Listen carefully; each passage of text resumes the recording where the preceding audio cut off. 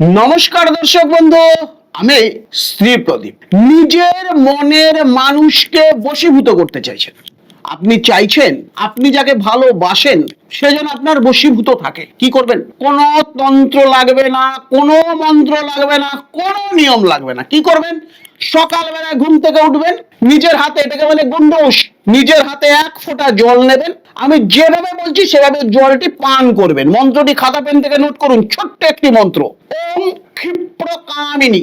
যদি বেটা ছেলে মেয়ের জন্য করেন তাহলে বলবেন ওম ক্ষিপ্র কামিনী, তারপরে তার নাম বশমানায় স্বাহা।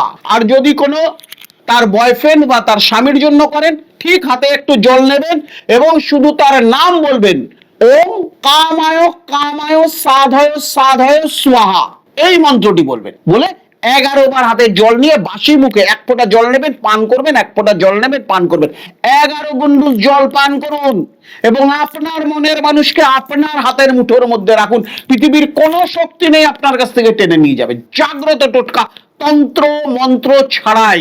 মা আমি তন্ত্র জানি না, মন্ত্র জানি না, ঠিক সেই রকম ফল কিন্তু আপনি পাবেন। সুস্থ থাকুন, ভালো থাকুন।